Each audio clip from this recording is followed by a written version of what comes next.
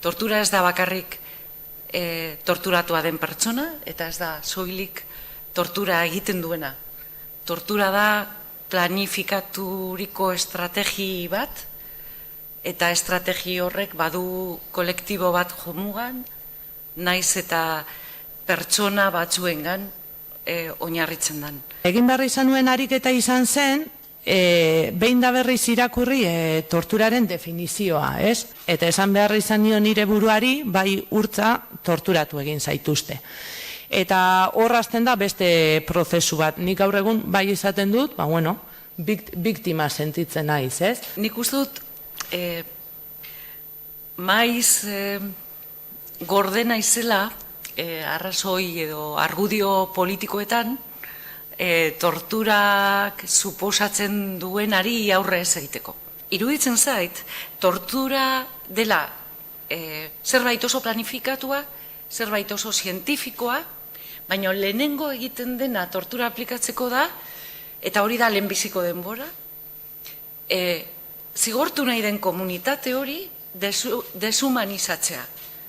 Behin deshumanizatua dagoenean, dana zilegi da pertsona horren kontra. Eta beraz, tortura daiteke impunitate guztiarekin. Ez du kosterik tortura horrela eginez. Eta uste dut, tortura ez dela zerbait individuala, zerbait kolektiboa dela. Dagokio komunitate hori eta dagokio gizarte osoari. Aitortzen nire buruari,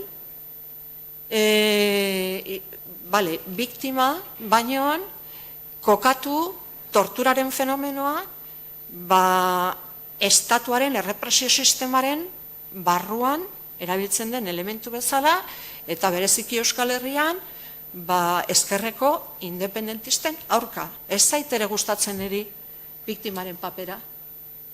Eta laguntzen dit gehiago sendatzen ikustea beste perspektiba horretatik. Orduan askotan mugitzen ez dikotomia horretan, biktima bai, biktima ez. Nire praktika politikoari ere gehitu nion beste dimentsio bat. Emakume, langile eta honetako herri zapaldu bateko kidea. Torturak hori bilatzen du, ezta? Beldurtzea eta geldiaraztea, kontrol sozialerako mekanismoa da, estatuaren mekanismoa. Logikoa da zure burua biktima bezala esartzea edo hartu nahi ez izatea. Baina nik uste dut ere, biktimatzat esartzea badela berriz ere gertatutako horri uko egitea. Zure baitan sakon-sakonean eragiten du eta mintzen du hori. Eta inoiz ez dugu hain vulnerable agertu nahi, ez? Horri uko egiten diogu. Orduan, nik uste dut, sanoa dela, aitortzea, biktimak izan direla, eta aukeratutako biktimak helburu bat lortzeko gainera.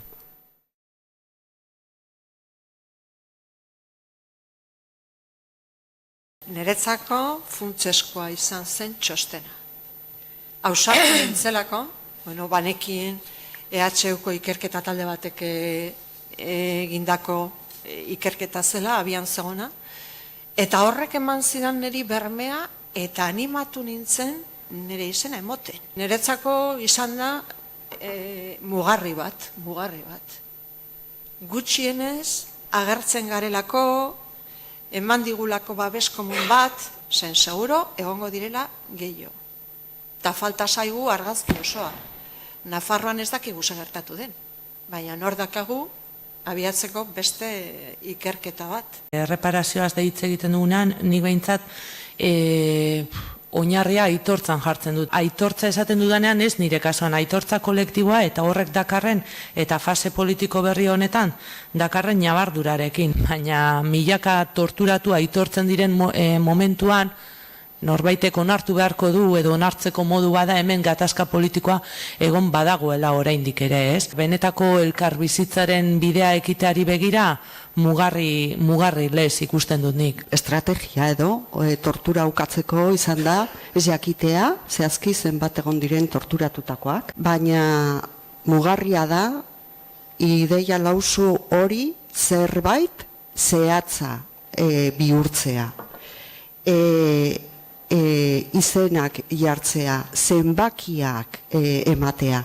Eta zenbakiak ematen dio gaiari, nik uste dut, jakin badakigun arren, badaudela hor aipatutako hoiek, baina askoz gehiago esan duzuen bezala, Nafarroako kasuak oraindik ez daude zera jasota, eta hor agertzen ez diren hainbat eta hainbat bere burua biktimatzat hartzen ez duten hoiek, ez? Eta eraikitzen du zen izan den torturaren dimentsioa, torturaren garrantzia. Eta horrek agerian uzten du, tortura ez dela posiblea gertatu izana bakarrik komisaldegiko bati okurritu zitzaion praktika jakin bat burua joan zitzaiolako. Zenbaki horiek ikusita, aitortu behar da, horren atzean egon dela zerbait diseinatutakoa. Eta helburu bat zeukana. Orduan, nik uste dut hori abia puntua dela. Nik uste dut txostenak baduela eskatzen dugun aitortza, erreparazioa, justizia eta berriro ez gertatzeko ahalbidean mugarri bat jartzen du. Eta da aitortza. Baina uste dut ez dela nahikoa. Eta ez da nahikoa euskal jendartea beti erne egon behar duelako. Komisaldegitik pasatzen genuenean, guretzako garrantzia handia izan zuen TAT. TAT elkarteak, hain zuzen ere, beraiei kontarazi behar genielako gertatutakoa. Baina nik azpimarratu nahi nuke baita ere mugimendu feminista. Zer, mugimendu feministak erakutsi du, kalean egonik, gerta ezina gerta daitekela. Eta maigainan jarri du elemento batzuk hausnartzeko, horietariko bat izan da gure gorputza lurralde konkistatu bat izan dela, batipat emakumearen kasuan komisaldegian egon garela, baina zaurgarritasun horretatik atera garela eta izugarrizko indarra dugula. Noski, ez gara estatu bat, ez dugu gaitasunik bestelako justizi bat martxan jartzeko, horregatik euskal estatu bat behar dugu. Foro sozialean dagoen justiziari buruzko hausnarketa taldea, horretan aintzina pausoak ere emain daitezkelako. Sinesten ez ditugun horietan aldatu ahal izateko, ez?